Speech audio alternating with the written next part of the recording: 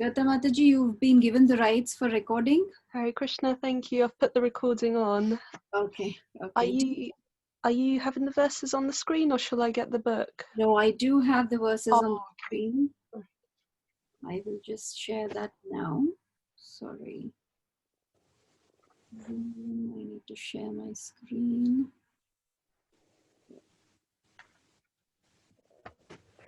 Is that fine? Can everybody see? Yes, thank you, Mataji. Yes, Mataji. All right, Yes. then we can start, I think. Shivani Mataji. Who is that? Who's doing that Sanskrit? I forget. Shavita Mataji. Yeah, okay. Okay, Hare Krishna, please accept my humble obeisance to devotees, all glory to Srila Prabhupada. Please forgive me for any mispronunciations. I am training with Divya and Mataji. Okay. Om Namo Bhagavate Vasudevaya. Om Namo Bhagavate Vasudevaya. Om Namo Bhagavate Namo Vasudevaya. Vasudevaya. Om Namo Bhagavate Om Namo Vasudevaya. Bhagavate Vasudevaya. Is that someone else on the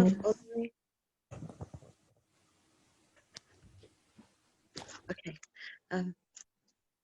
Arjun Uvacha. Evam tata yukta ye bhakta swavam vayupasate ye chapi aksharam yaktam tesam ke yoga vitama.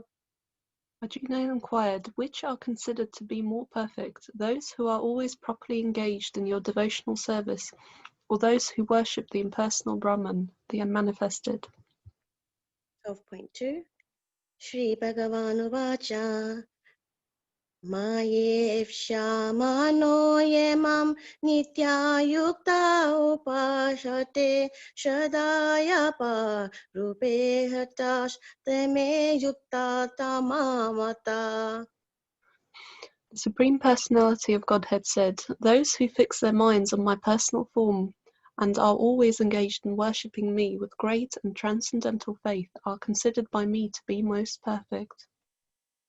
3 and 4 Yetvav Eksharminde Tesham Avyaktam Payupashate Sarvatragam Achintayam Cha Kutastam Chalam Dhruvam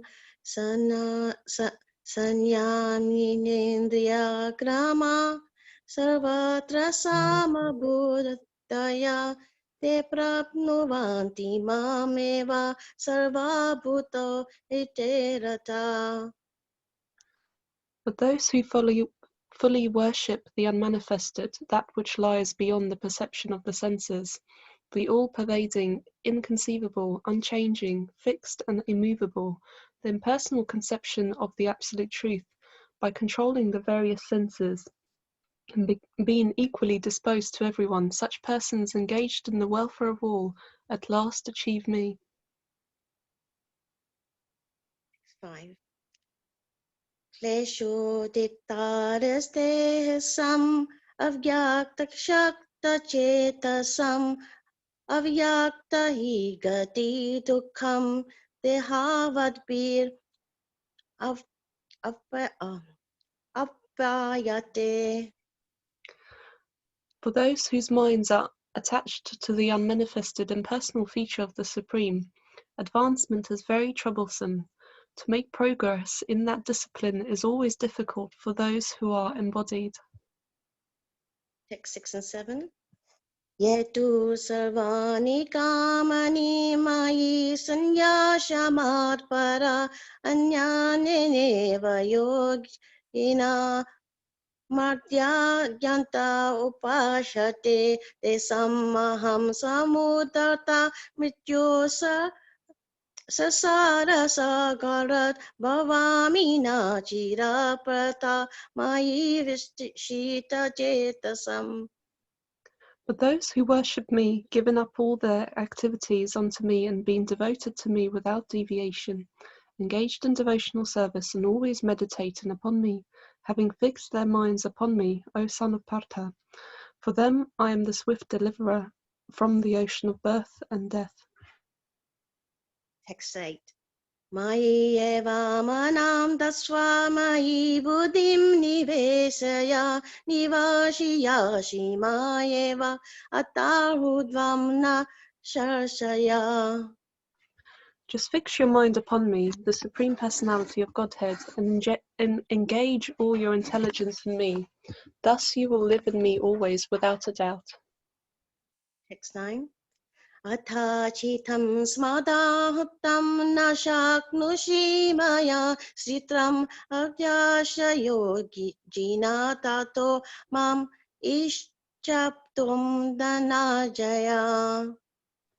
My dear Arjuna, O winner of wealth, if you cannot fix your mind upon me without deviation and follow the regulative principles of Bhakti Yoga, in this way develop a desire to attain me.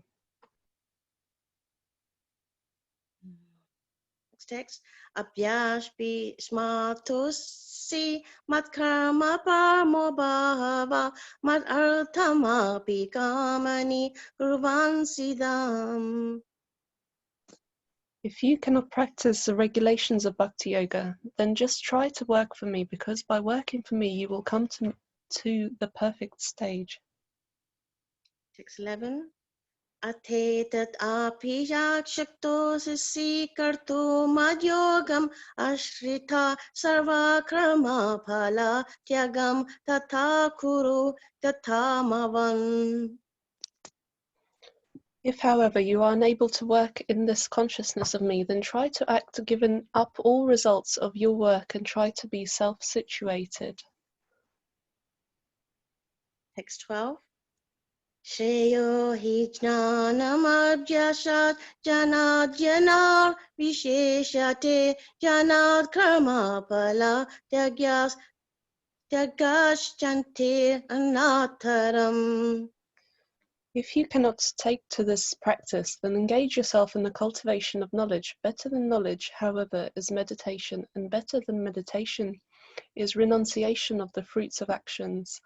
For by such renunciation one can attain peace of mind. Text 13-14. Atvesta sarva bhutanam matre karuna evacha nirmamo nir ahankara samadukha sukha sami.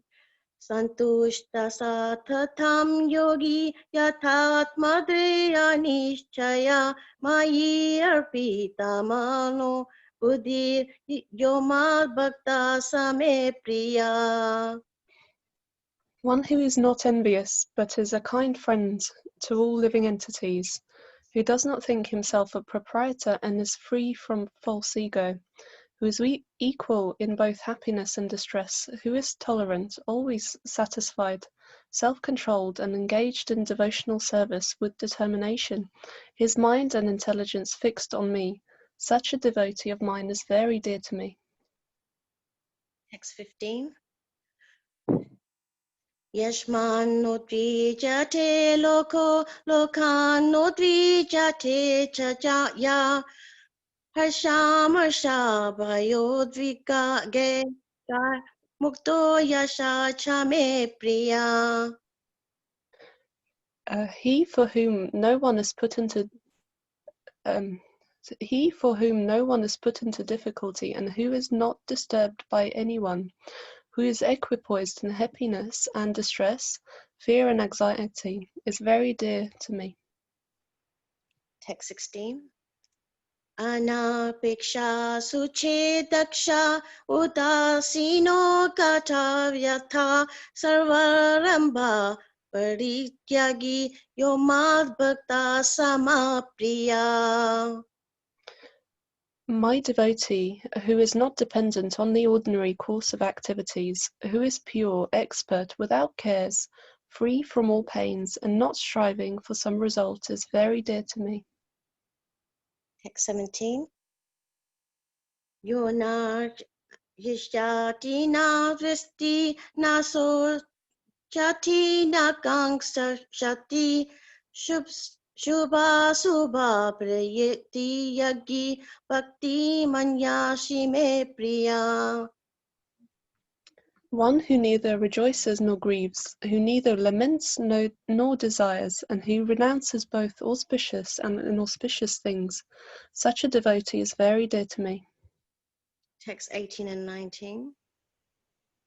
Sama sutru cha mitra cha tatha mana pramanayo situsna sukha dukkhashu sama sanga rivachita. Tula ninda stutir muni santushto yena kenachit aniketa stita matir bhakti manmi priyo nara. One who is equal to friends and enemies, who is equipoised in honour and dishonour, heat and cold, happiness and distress, fame and infamy, who is always free from contaminating association, always silent and satisfied with anything, who doesn't care for any residence, who is fixed in knowledge, and who is engaged in devotional service. Such a person is very dear to me. Text 20.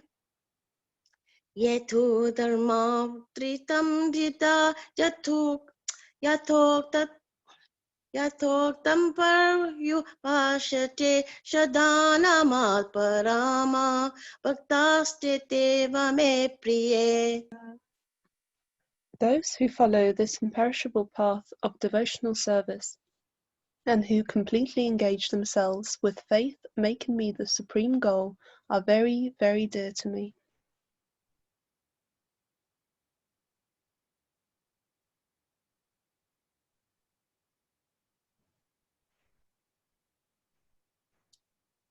Thank you very much, Garta Mataji and Shavita Mataji. That tune was really beautiful. That was beautiful Very nice. recitation. Very nice tune. Thank you so much. Hare Krishna. Hare Krishna. All right. So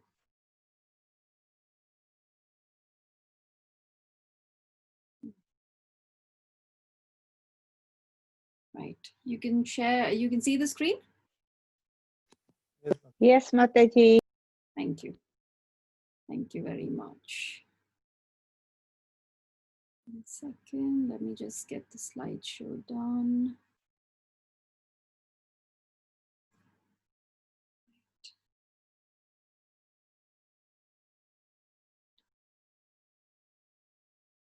All right. Okay, so we will start with chapter 12, verse 9. So before we start, let me just, let's just say our prayers. Right. Om Agyana Timirandasya Gyananjana Shalakaya Chakshurun Militam Yena Tasmai Shri Guruve Namaha. Shri Chaitanya Manobhishtam Sthapitam Yena Bhutale Swayam Rupa Kadamayam Dadati Swapadantikam. He Krishna Karuna Sindhu Dinabandhu Jagatpate Gopesha Gopika Kanta Radha Kanta Namostute Tapta Kanchana Gaurangi Radhe Vrindavaneshwari Vrishabhanu Sute Devi Pranamami Hari Priye. Jai Shri Krishna Chaitanya Prabhu Nityananda Shri Advaita Gadadhar Shivasadi Gaura Bhakta Vrinda. Hare Krishna Krishna Krishna Hare Hare Hare Rama Rama Rama Hare Hare. Nama Om Vishnu Padaya Krishna Prastaya Bhutale Srimate Bhaktivedanta Swami Namine. Namaste Saraswati Deve Gauravani Pracharine Nirvishesha Shunyavadi Paschatya Deshatarine. So I seek all the blessings of all the devotees that are gathered here. Please bless me. Because today's verse is, it's really, really heavy. So let's see how much justice we can do to this verse and how much we can understand. But pre-warned that today's verse is deep philosophy and deep verse. So we will try and understand, because the purport that Prabhupada has given is also quite deep. So let's see if we can take something out of today's verse. So before we start, as Mukundhari Prabhu does, just a chapter summary. So first of all, chapter 12 is entitled Bhakti Yoga, Devotional Service.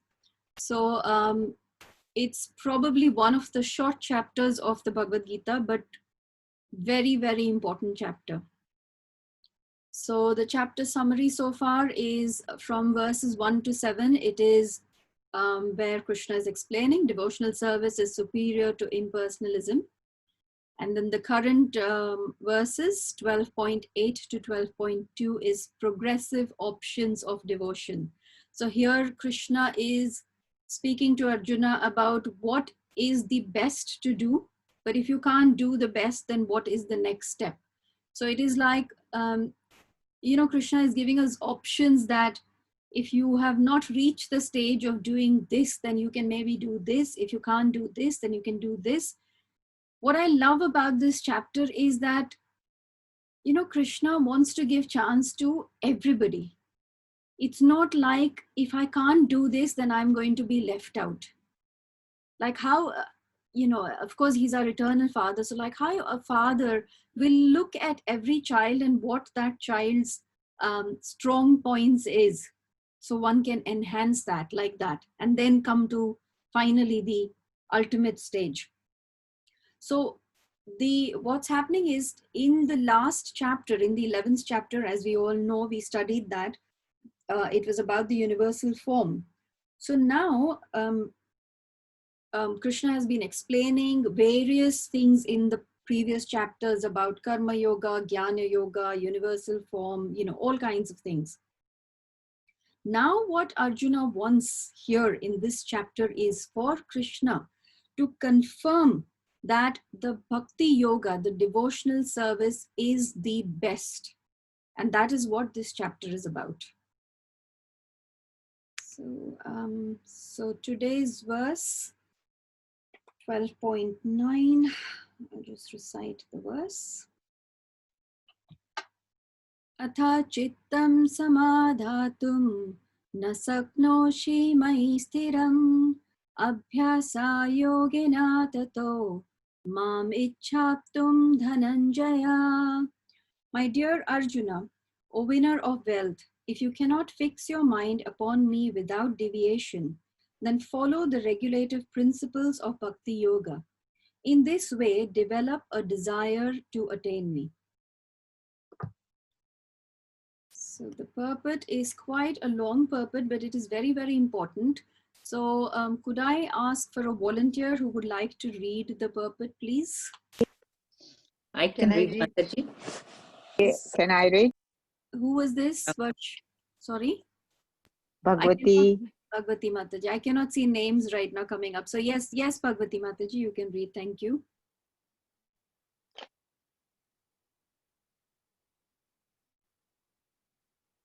Sorry, we can't hear anything. Yeah, Hare Krishna, everyone. Please accept my humble obeisances. All glories to Srila Prabhupada. Chapter 12.9, the purport. In this verse, two different processes of Bhakti Yoga are indicated. The first applies to one who has actually developed an attachment for Krishna, the Supreme Personality of Godhead, by transcendental love, and the other is for one who has not developed an attachment for the Supreme Person by transcendental love. For this second class, there are different prescribed rules and regulations one can follow to be ultimately elevated to the stage of attachment to Krishna. Do you want me to continue? Yes, please. Bhakti Yoga is the purification of the senses. At the present moment in material existence, the senses are always impure, being engaged in sense gratification. But by the practice of Bhakti Yoga, these senses can become purified. And in the purified state, they come directly in contact with the Supreme Lord. In this material existence, I may be engaged in some service to some master, but I don't really loving serve my master. I simply serve to get some money, and the master also is not in love. He takes service from me and pays me. So there is no question of love.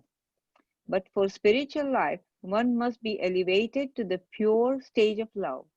That stage of love can be achieved by practice of devotional service, performed with the present senses. Okay, but Okay. sorry, Parvati Mataji. Maybe I think it was Kusum Mataji who said she wanted to read as well. Yes, I can read. The last two paragraphs then. Thank you. Thank you. This love of God is now in a dormant state in everyone's heart. And their love of God is manifested in different ways, but it is contaminated by material association. Now the heart has to be purified of the material association, and that dormant natural love for Krishna has to be revived. That is the whole process. To practice the regulative principles of Bhakti Yoga, one should, under the guidance of an expert spiritual master, follow certain principles. One should rise early in the morning, take bath, enter the temple, and offer prayers and chant Hare Krishna, then collect flowers to offer to the deity, cook foodstuffs to offer to the deity, take prasadam, and so on. There are various rules and regulations which one should follow. And one should constantly hear Bhagavad Gita and Srimad Bhagavatam from pure devotees. This practice can help anyone rise to the level of love of God, and then he's sure of his progress into the spiritual kingdom of God. This practice of Bhakti Yoga, under the rules and regulations, with the direction of a spiritual master, will surely bring one to the stage of love of God. Hare Krishna. Thank you. Thank you. So yeah, this wonderful translation and purport by Srila Prabhupada ki jai. So in this verse, Krishna is calling Arjuna Dhananjay. Dhananjay is winner of wealth. Yeah, winner of wealth. So previously, Arjuna has fought and got wealth for his brother Yudhishthir for him to perform the various yagyas, right? Now, Krishna wants Arjuna to fight his mind. In the previous chapters, Arjuna has claimed that to control the mind is much more difficult than controlling the wind. So now, Krishna is calling Arjuna Dhananjaya, and what he wants him to do is now fight his mind and obtain the wealth of meditation by practicing. So today's verse, actually, let's look at some of the key points. So first statement, what Prabhupada says is two different processes of bhakti, right? That was the first statement he makes in the purport, where he says, in this verse, two different processes of bhakti yoga are indicated. Now, first one applies to one who has developed an attachment for Krishna by transcendental love. Yesterday, Mukundhari Prabhu, the verse that he was talking about, verse 8, which was describing people or devotees who can fix their mind to Krishna, because they are in Krishna. They are, whether even when they are in this material world, they are in Krishna because they are attached to Krishna by transcendental love, right?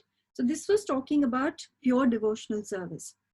Now this verse 9, Krishna is clearly saying that if you cannot fix your mind without deviation. So what we are talking about is the other is for the one who has not developed that attachment for the Supreme. Because one has not developed that attachment, that is why you have to endeavor, you have to practice to fix that mind, which is known as Abhyas Yoga. See in the verse, Krishna says, Abhyasa Yogena Tato. So by Abhyas Yoga, by following the regulative principles, further down in the purport, Prabhupada talks about the various regulative principles, and we'll come to that a bit later on.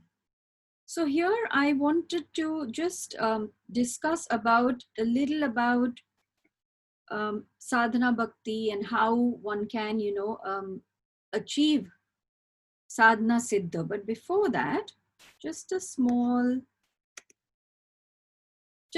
story. Because this verse is so deep in philosophy, I thought if we bring in a little bit of a story, it might help us to understand this. So all of us have heard this story of, can anybody, not Bhagavati Mataji, anybody else who can tell me what this picture is showing?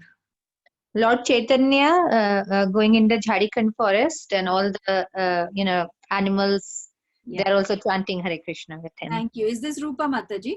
Yes. I recognize your voice now, Rupa Mataji. Thank you, Hare Krishna. Thank you. So yes, this is Mahaprabhu while he was traveling in the Jharkhand forest. As you can see, all the animals, and there is this picture of this tiger and this, I don't know whether it looks like a deer or what, but they are actually kissing each other. And the monkeys are dancing and everybody is dancing in ecstasy, right? Now, so here what is happening is, this is Kripa. These are animals. They don't have the intelligence. They don't have the mind or the brains to understand, to know what is devotional service. But because of the mercy of Mahaprabhu, they immediately reach the stage of pure devotional service. So this is called Kripa. You get the mercy and within a second, you have reached the stage of pure devotional service, right? You get Kripa. Of course, even when you're doing sadhana, unless you get the mercy, you will not move ahead. But you still have to do your sadhana. But this here, there was no sadhana. It was straight away Kripa of Mahaprabhu, who himself is the Supreme Lord. But this Kripa could also be of the devotees of the Lord. Would any of you just, it's a very I'm not sure if you would know, but anybody can think from the Shastras about some examples of devotees who received this Kripa and became Kripa Siddha, became pure devotees. Anybody can just think of any examples? Sarvabhauma Bhattacharya. Sarvabhauma Bhattacharya. Yeah, could be. Srinivas Thakur. Okay. Some other from Narottam Das Thakur. All of them. Maharaj. Sorry?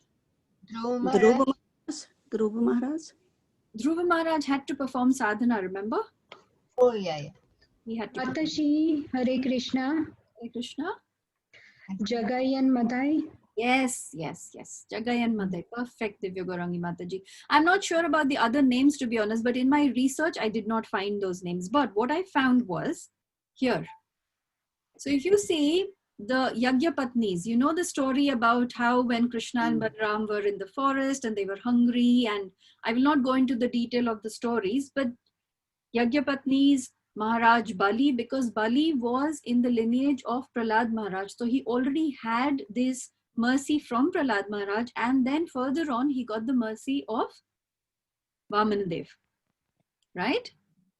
And then of course, as Divya Gaurangi Mataji said, Jagai and Madai. So all these personalities received Kripa, received the mercy of the Supreme Personality of Godhead or of his pure devotee, and that is why they achieve this stage within a second, right? But what Mahaprabhu has done is, although he is not present now, I mean, he is eternally present, but we cannot see him. But what he has done is, and he has given his instructions, and he has explained to Rupa Goswami and the other Goswamis that in today's world also, all of us, everyone can achieve that same spiritual perfection. And how we can achieve that is by sadhana. So we can become sadhana siddhas by following the instructions of Mahaprabhu, and we'll come to that stage of what are the stages for it. Before that, just a little example of sadhana siddha.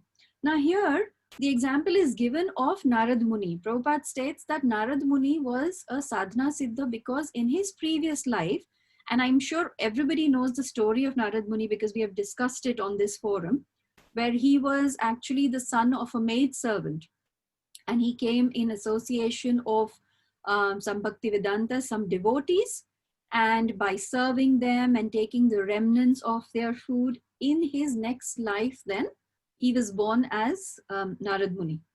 But he also, if you remember, he did perform sadhana. He went into the forest and he sat under this tree and he was performing sadhana, and that's how he got the darshan of the Supreme Lord. But at the same time, you also can call him a Nitya Siddha because he never forgets the Lord. So it's you know, these terms actually can overlap sometimes. But what is important for us to understand is that we, all of us, are in this movement, Krishna conscious movement, to perform devotional service following various rules and regulations. So that is called sadhana, right? And then what are the steps? Now we'll come to that. Everybody, I think, or majority of the people will know this verse, right? This is the verse which is quoted very often by all our acharyas. Ado shraddha tatha sadhu sangat ta brajana kriya tato nartha nivritti syat tato nishta ruchis tata ata shaktis tato bhavas tata prema vyuan danjati sadhakanam ayam premna pradur bhavet kramaha. So what it says is, Ado Shraddha, in the beginning, there has got to be some faith.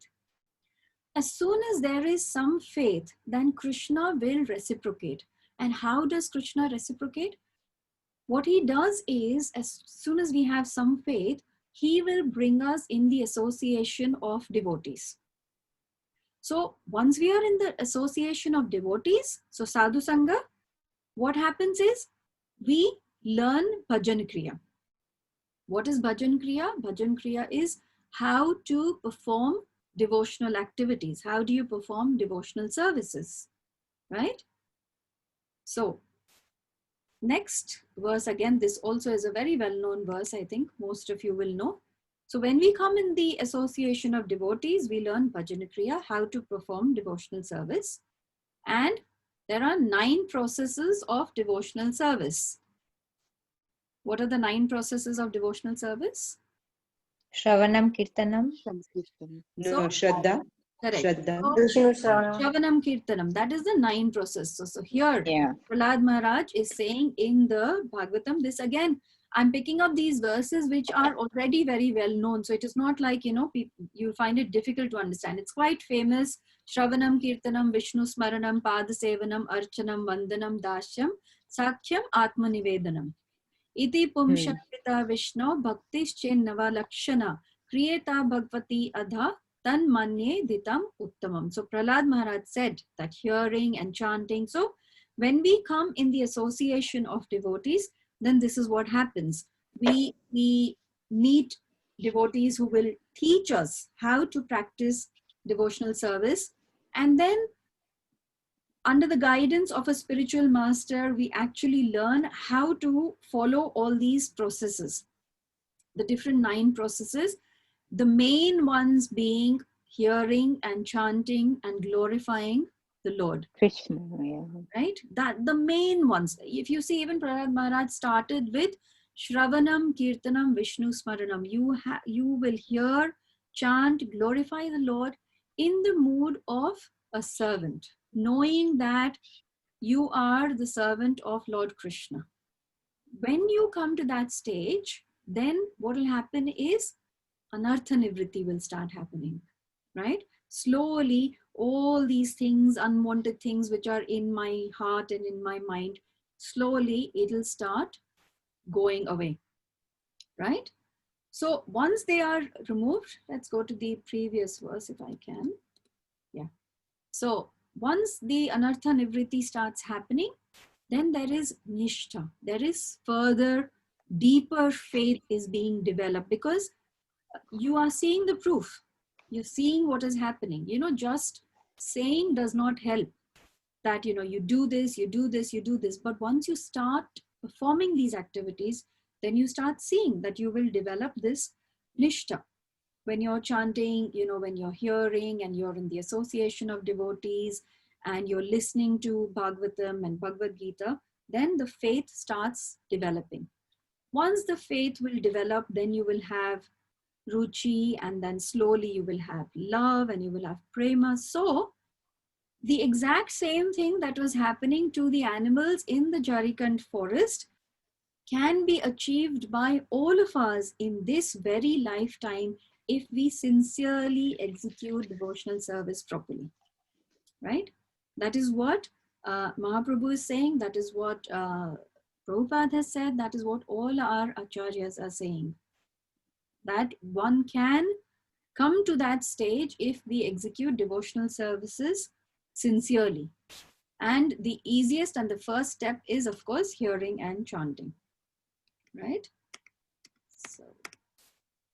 So it says over here that sadhana bhakti haite haya rati raudaya rati gada haile prema namat. Yeah.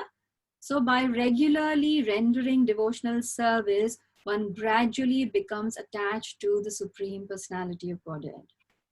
And when that attachment is intensified, it becomes love of Godhead. Okay. Rupa Mataji, would you please read the purport for this one? Is Rupa Hare Mataji? Krishna. Yeah, could you please read the purport for this particular verse? Yeah. The process of devotional service, beginning with chanting and hearing, is called sadhana bhakti. This includes the regulative principles that are intended to awaken one to devotional service.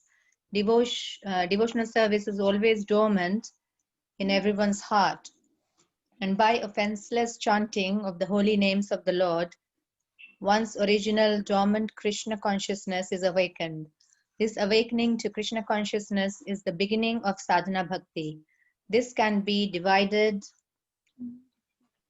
into many different parts, including faith, association with devotees, initiation by the spiritual master, engagement in devotional service under the instructions of a spiritual master, steadiness in devotional service, and the awakening of a taste for devotional service. In this way, one can become attached to Krishna and his service. And when this attachment is intensified, it results in ecstatic love for Krishna. Thank you. Hare Krishna. Thank you. Thank you. So you see, there are so many places, so many verses where we are talking about how sadhana bhakti is going to help us to develop this love for Krishna, how devotional service is so very, very important. And every time if you see the purport and explanations, Prabhupada constantly is talking about the process of devotional service beginning with chanting and hearing, right? Now, you know, normally at this time during Kartik, we have our yatra where we go to holy places in India, and we are around 6,000-7,000 people. We go with my Guru Maharaj, His Holiness Radhanath Swami Maharaj. And last year we were in Vrindavan, but before that, 2018, we were in Jagannath Puri. And in Jagannath Puri, he was telling us a story. And this story is very much related to our stages of sadhana bhakti, like Ado Shraddha.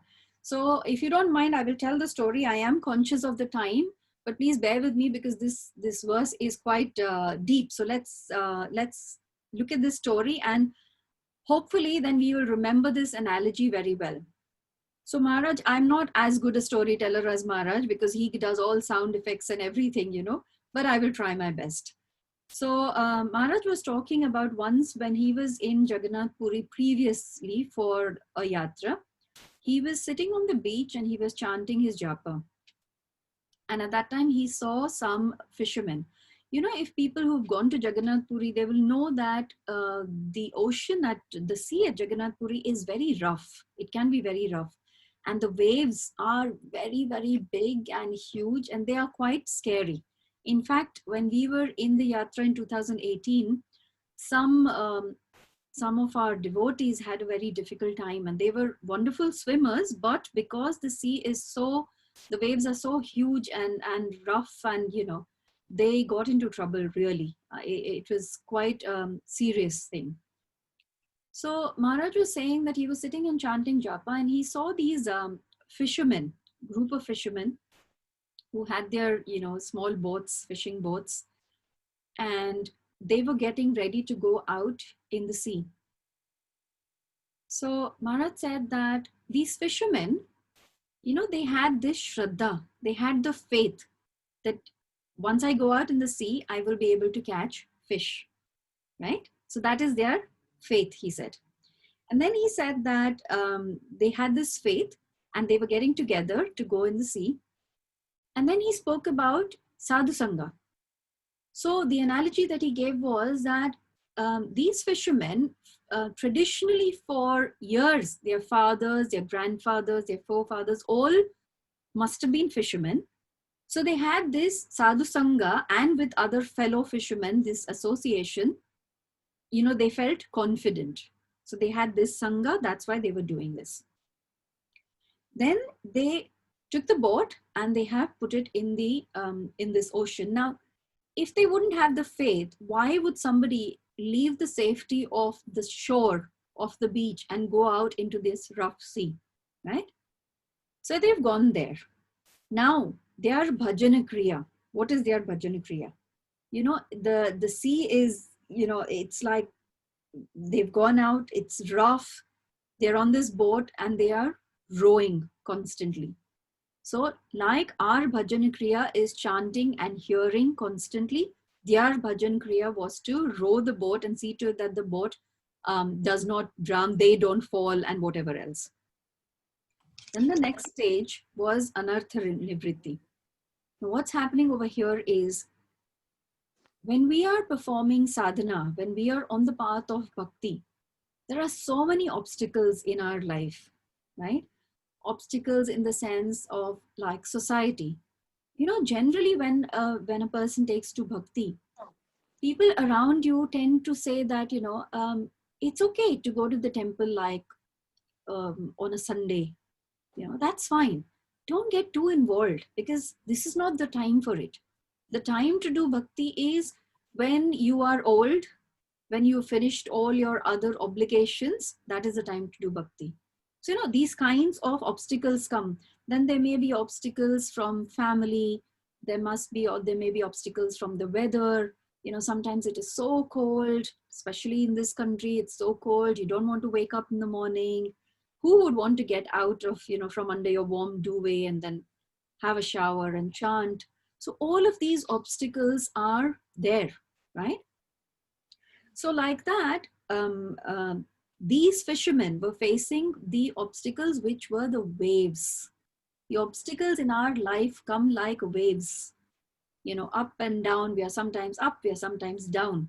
The same way these fishermen were facing these kinds of obstacles. But so this is the anartha nivritti, like, all our anarthas also are coming out. Sometimes the obstacles are bigger obstacles, bigger than the outside obstacles are what is within us, which is lust, anger, greed, envy. Once you start performing devotional services, these things start coming out and you start thinking, am I really this kind of person? Do I really feel like that? And trust me, it does happen. I used to read about it, but it does happen. All these things start coming out, right? Now, all of these people, these fishermen, this is Maharaj describing. It is all real that he's watching, and he's watching this, and the fishermen, they're trying to go ahead, they're getting pushed back, and they keep, they've fallen off their boat, and the boat is going somewhere, and they are underneath the boat, and they try and get back on the boat, and there's two boats are colliding against each other, and again they've fallen off, but they keep doing it.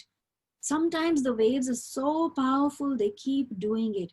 Same way, when we are on the path of bhakti, when there is anartha nivritti happening, sometimes those waves of our anarthas are so huge that we feel we are going to drown.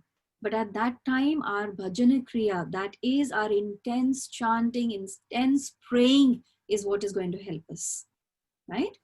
So these fishermen have, they've collided with each other, but they know that it is not either's fault. They have to get together and go ahead. That is what we have to do in our bhajana kriya. Get together, help each other.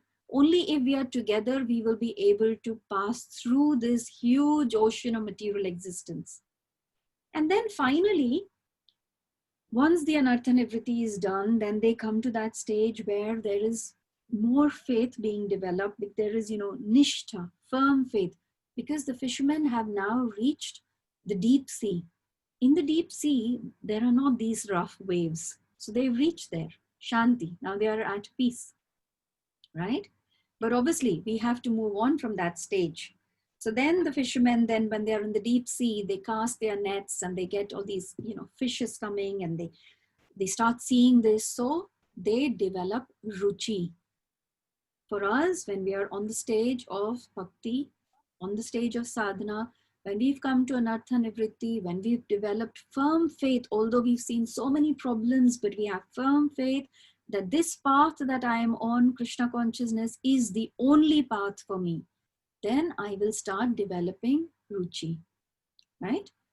So now these fishermen have caught this fish, and they are, they've caught all this fish. They have developed ruchi. They're very happy with it. They come back on shore. They've got this. Now they're developing bhava and prema, because they're going to be selling this fish and they're going to make money out of it. So they come to that stage. Why Maharaj is giving this analogy is, in the path of bhakti, there will be, yes, you start with faith, there will be association. Sorry. Do I need to, I'll just mute everybody, sorry. Okay. Yeah, so, sorry. So why Maharaj was talking about this is because he was giving the analogy that in our path also, we may face lots of obstacles. But if we stay in the association of devotees in the parampara, develop the faith, then none of these obstacles will be able to hamper our progress. But for that, one has to be extremely sincere. These fishermen, knowing that these waves are so rough, whatever else, but they were sincere. Yes, of course, it must be that they don't have a choice. It's their livelihood. They don't have a choice. But same way, we really don't have a choice. If you think about it, we don't have a choice. Krishna consciousness is the only thing that is going to deliver us from this huge wave that we are in. And we are drowning, all of us. We are drowning. And the only escape is to hold on to this Prabhupada's, this movement. And that is the only way that we will come out of it. So we have to be determined. And once we come to that stage where we develop ruchi and taste, and then slowly, we will come to the stage of bhava. We can only pray for this. Like in the beginning, I said, no matter how much we strive from our end, unless we have the mercy of the devotees and of the Lord, we cannot achieve anything on our own. But we have to keep the faith that Krishna is always there to help us. And then someday we will get this Karuna Sindhu, that Krishna will give us his compassion and his love. And the devotees will give us the compassion and the love. Right? Okay. So, I'm taking some of the key points from the purport. So Prabhupada says, Bhakti Yoga is the purification of the senses. For spiritual life, one must be elevated to the pure stage of love. In the purport, Prabhupada is talking about how over here, we all are servants. We are doing all kinds of service for our boss, or, and the boss is giving us some money. But there is absolutely no love involved over there. What we are doing is because we want the money, The boss is giving us the money because he wants that service. So I've just picked up some very important key verses from our Shastras where we are talking about pure, unalloyed love for Krishna, right? So this verse from the Bhagavatam, 1.1st canto, 2nd chapter, verse 6. This verse we have read on this forum many times. We'll read it again. Savai pumsham paro dharmo yato bhaktir adhokshaje ahaituki apratihata yayatma suprasidati. The supreme occupation for all humanity is that by which men can attain to loving devotional service unto the transcendent Lord. Such devotional service must be unmotivated and uninterrupted to completely satisfy the self. Then there is another verse from CC and in other places, I think. This is from Bhakti Rasamrita Sindhu. So it says, Anya bhilashita shunyam gyana karmadi anavritam anukulyena krishnanu shilanam bhaktir uttama. So the translation says, when, sorry. Sorry, I just want to,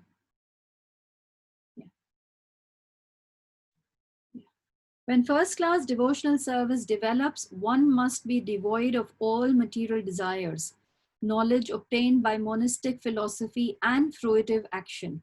The devotee must constantly serve Krishna favorably as Krishna desires. And then this verse, everybody knows this verse. Manmana bhavamad bhakto madhyaji mam namaskuru mam eva shashi yuktvaivam atmana mat parayana. Engage your mind always in thinking of me, become my devotee, offer obeisances to me and worship me. Being completely absorbed in me, surely you will come to me. So in all cases, what is being spoken about is the importance of devotional service, the importance of pure devotional service.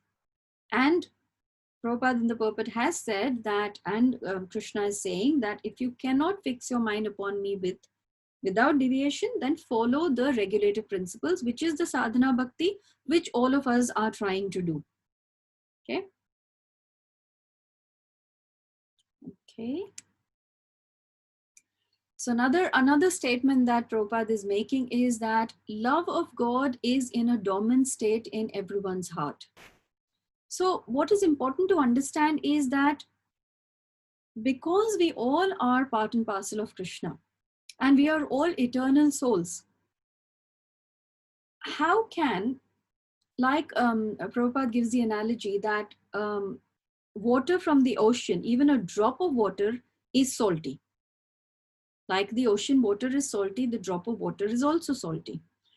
That is the characteristic of that water. The characteristic of the soul is to love Krishna. It's there in our heart, but we have forgotten it.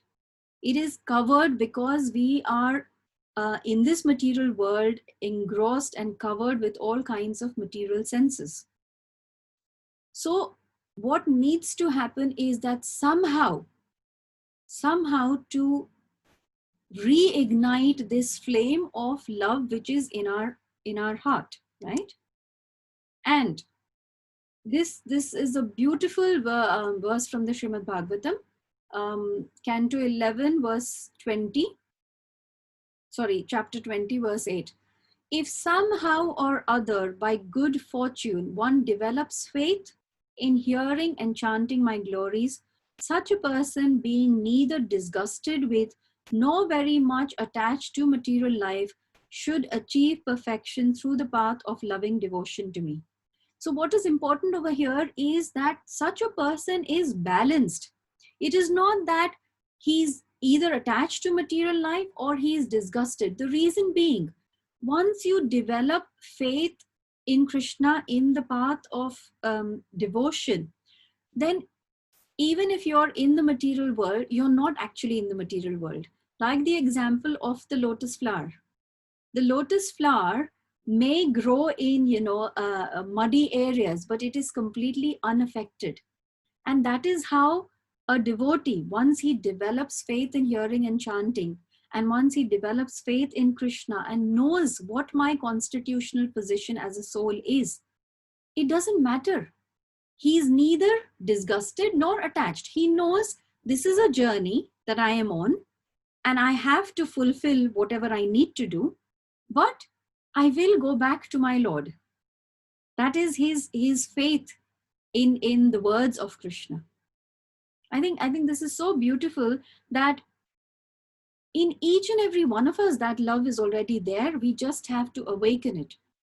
For awakening, we must associate with devotees, we must hear and chant, and that is what is constantly, this is the, it's the same thing that is being repeated again and again. Right. Again, this next very important point from the purport. Process of Bhakti Yoga under the rules and regulations of, under the rules and regulations with the direction of a spiritual master. I'm just trying to read from, will surely bring one to the stage of love of God. So again, this is, Prabhupada is saying this in the purport. If you notice, the importance of a spiritual master, so many times this is being brought about. Now, we will talk about the spiritual master also in another, in 2 minutes, but when I read this, and then I was thinking about the story that His Holiness Radhanath Maharaj was talking about, the fisherman. Think about this. I'm talking for myself. I'm not talking for the others. I may have been on the same beach and I may have seen the same fishermen doing the same activities. Would I be able to infer the same thing that Maharaj did?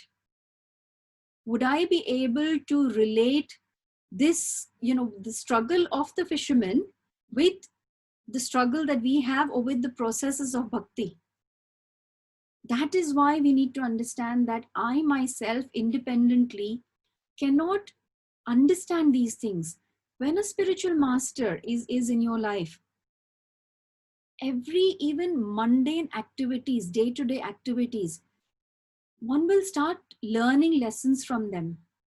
Because the more you listen to your spiritual master, the more you listen to these lectures, hear their instructions, you realize that these instructions are there in your day-to-day life around you all the time, and you can learn from that. And that is why the importance of a guru is because he selflessly trains and guides us in reviving our relationship with God. The spiritual master has got no selfish motive at all. His only motive is that each and every one of us somehow understand our relation with God and rekindle that, that spark which is there. Bring it out, rekindle it, burn it like a flame with the love of God. That is the duty of a spiritual master. And Prabhupada, in his purports and in many places, he talks about how without taking instructions of a spiritual master, one will not be able to progress. And it's simple. If you think even in our material life, why is it that our children are being sent to school?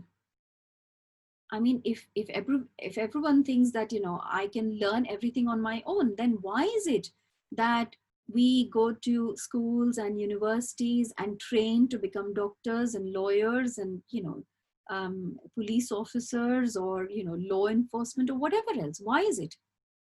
If I think that I am the authority and I can do everything on my own, I should just one day just claim to the world that right, I am a neurosurgeon now. I have become this, I claim this. Is anybody going to listen to me?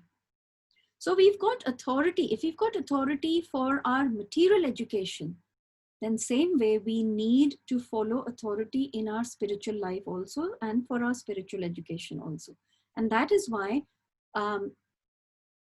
understanding this and taking the guidance of a spiritual master is so, so important. I'm just going to end with, there is this story of King Yadu and one Avduta. Now this story is in the 11th canto of Srimad Bhagavatam. Lord Krishna is actually talking to Uddhava, and while he's talking to Uddhava, he talks about this story. So I will not go too much into detail of this story, but it is very beautiful, and I would really suggest that if you can, please read this. So once King Yadu is in the forest and he sees this Avdut Brahman who is, he's just so happy and he looks so satisfied. He's got nothing. He's got absolutely nothing. But he is so happy and he's so satisfied with himself. And so this King Yadu asked him, why you don't seem to have anything at all with you, but what is it that makes you so happy and satisfied? And at that time the Avdut Brahman says to him that he starts describing loads of things, but what he actually essentially says is that I have 24 gurus and I have learned things from these different 24 gurus. Now, I'm not going to go into the detail of all the 24 gurus, but I will talk about two. One is Pingala. I'm sure people must have heard this story. Pingala is a prostitute.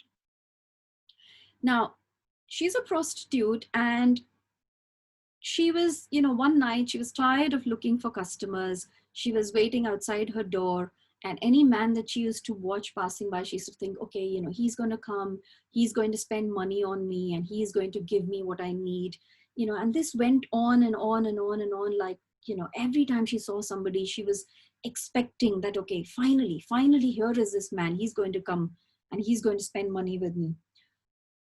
Finally, the night, it was midnight, and she became hopeless, and ultimately she was really frustrated. Out of frustration, she gave up her plans for earning money like this. And suddenly, when she was, when she did not have any expectation, and she abandoned this thing for material desires, suddenly she felt very content. And in her heart, she started thinking, it's quite deep. She starts thinking about, that the Supreme Personality is with me, and why am I wasting my time in this? But the main thing is that she stopped expecting, and when she stopped expecting, she was content. This was one of the gurus. The other guru is a child. This is of the Avduta is speaking to King Yadu. So he's telling him about these various gurus. So he talks about a child. He says that the child has no anger, no jealousy, no envy, no grievance, no problem. He's free from anxiety. He's just completely satisfied, pure at heart, innocent, does not have any care, and he's full of joy. So he's learning this from a child. So like that, he talks about 24 gurus, and then he says, O king, from all these spiritual masters, I have acquired great wisdom. So he's talking about 24 different spiritual masters. And then of course, he goes on to say what he has learned from his own body. But again, why I'm talking about this story is the importance of spiritual master. On our own, it's very difficult for us to learn because we are contaminated. We have material senses. We need to clean it. And for that, we need the guidance from our spiritual master. So this is what Prabhupada is also talking about in his purport. I think I have taken almost all the important points from the purport. If there's anything that I have missed, then please forgive me, because like I said, this was quite a deep and important verse. So I'll just stop sharing, and if there's any comments, any questions, anything, please. Hare Madhu, Krishna, Mataji. Mataji. Oh, sorry. Yeah, go on then. Who's speaking now? Rupa Mataji?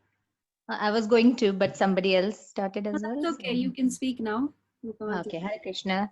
Mataji, your class was absolutely brilliant. Very, very nice. I always love your classes. It's Thank really nice, very insightful. Thank you very much. Thank you. Just one question came in my mind. Mhm. You know, in India, they, like when we studied Hindi and when we studied Sanskrit in school, we studied about loads of saints in India that were born in India, like Kabir Das, Surdas, Tulsi Das, you know, and I don't know about their lineage or, you know, their spiritual master, but them like Mirabai, they were such devotees, like they were like something happened or whatever, they were born devotees, so they just they had some raganuga bhakti or something, so we studied about them, so that always comes in my mind that they were devotees as well, and they were really ardent devotees. They wrote, like Kabir Das wrote loads of dohas. Yeah. And so what like you said that this verse says about abhyas yoga, like sadhana bhakti, and then we can reach love of Godhead. What about, you know, what about those saints who were, you know, I don't know about if they had spiritual masters or they whatever they, but then they were really good devotees. Yes, yes. So now some of them, now I don't know about all of them, but some of them like Mirabai, you know, somewhere I read that obviously she had this love for Krishna right from the time she was born. You see, so in one of the purports, Prabhupada calls Mirabai a great devotee of the Lord, and he actually calls her a Nitya Siddha. Okay. It's in one of the purports of Prabhupada. So he does call her Nitya Siddha. So the point, Rupa Mataji, is that because we don't know them does not mean that, you know, we have not studied them, but there are many Nitya Siddhas and Kripa Siddhas in other Vaishnav Sampradayas or other Sampradayas also. But because it's so vast that we cannot study everything, and that is why Prabhupada has given us this one format, you know, these scriptures that we can focus on, because we will not be able to cover everything else. And that is why Prabhupada said, just focus on the books and the things that I have given you, and that is more than enough. Okay, thank you very much. Prabhupada also says, I think somewhere I heard that Prabhupada said, my books, whoever reads my book, they're already initiated, because, you know, he wrote with such purity. Yes. So like initiation, like if you read Prabhupada's books, it's like, you know, love. So and also Prabhupada wanted all of us to have, you know, develop love of Godhead. So yes, he does say that yes, you know, we should read. But again, Rupa Mataji, what we have to realize is that Maya is very, very strong. And if we are at that stage where, you know, we are able to take guidance from Prabhupada's books, that's good. But how many of us are at that stage where just by reading the purports, we are clear with everything? Because for me, till I did not do some, you know, take guidance from others, I could not even understand Bhagavad Gita, forget about Bhagavatam and everything else. Yeah. So, you know, that's why you need association. Yes, absolutely. Thank you very much. Hare Krishna. Hare Krishna. Can I just say something on spiritual master, please? Yes, Bhagavati Mataji. One thing I've understood that, you know, the material existence is something like a blazing fire, yeah? Which can be extinguished only by the mercy of Krishna. But the spiritual master is the mercy representative of the Lord. Yes. So therefore, a person burning in the flames of material things, you know, existence or whatever, may receive the rains of mercy from the spiritual master. Yes, because also Prabhupada always said, you know, we cannot directly approach Krishna. That's right, yeah. We cannot directly approach Krishna, and that is why we need this via medium where our spiritual master then is going to help us, you know. Yeah, by his words can penetrate into the heart of every living, you know, person or suffering person. There's so many things about a spiritual master, you know, also about the Vapu and Vani. You don't really have to be in the physical proximity of a spiritual master, because when you hear, all the instructions are there. Everything is there. Very true, very true. So one has to, you know, hear and try and take instructions from what he's saying. Like Prabhupada said, that everything is in my books. Everything is there in my books, so you can read my books. Prabhupada used to give initiation to people via letters where he hadn't even seen the person. So, yeah. So it's important that we understand the presence of a spiritual master is in his instructions, and our surrender to our spiritual master is if we are able to follow those instructions. Yeah. Anybody else? Anything? Yeah, Mataji, thank you so much for a wonderful class. I always look forward to your class. So it was wonderful. Thank you, my dear God sister. Thank you. Thank you for your encouragement always. Thank you so much. Thank you. So Guru Maharaj actually gives the seed of bhakti to us when we take a guru, and then it's up to us to water that seed, the bij, and then the Bhakti Lata bij will grow nicely by our sadhana, association, and listening to Guru Maharaj instructions and following them. So then it's our responsibility, right, Mataji? And that's how we can remove the weeds on the path of bhakti, and the anarthas will remove slowly. Yeah. So two things, it's yes, Guru Maharaj gives the seed, but also what we should really understand is that sometimes association of other devotees also, they are helping us in making, like they say that the seed can only be planted if the soil is ready for it and moist. So yes, we come to our initiation or taking on a spiritual master at one stage, but before that stage also, the devotees are helping that heart to be ready to take the seed. Otherwise, if your heart is not ready, even if the spiritual master wants to give the seed, you will not be able to take it. And that is why initial stages where it says that a little bit of faith and then sadhu sangha. So sangha, association of devotees, is very, very important. Yeah, absolutely, Mataji. Association, very, very important. And we are all very fortunate that we are taking this association every evening with you and Prabhu giving us nice classes. So thank you. Thank you, thank you. I am nothing compared to them three. They are all elevated people. I'm just, I'm just given a chance, and thank you for that. Yeah, two You're more humble, days. Mataji. Thank you. Thank you. I'm sorry, I can see it is quite late. If anybody has any comments, and if people want to leave, you're welcome. I come once in 2 weeks. I think I have too much to say sometimes, so my classes goes a little extra time. Any further comments? If not, then we will end the class, if that's fine. Hare Krishna. Yeah. Amazing Thank class. you very much. Thank you, Mataji. Wonderful class. Thank you for your association. Wonderful. Amazing.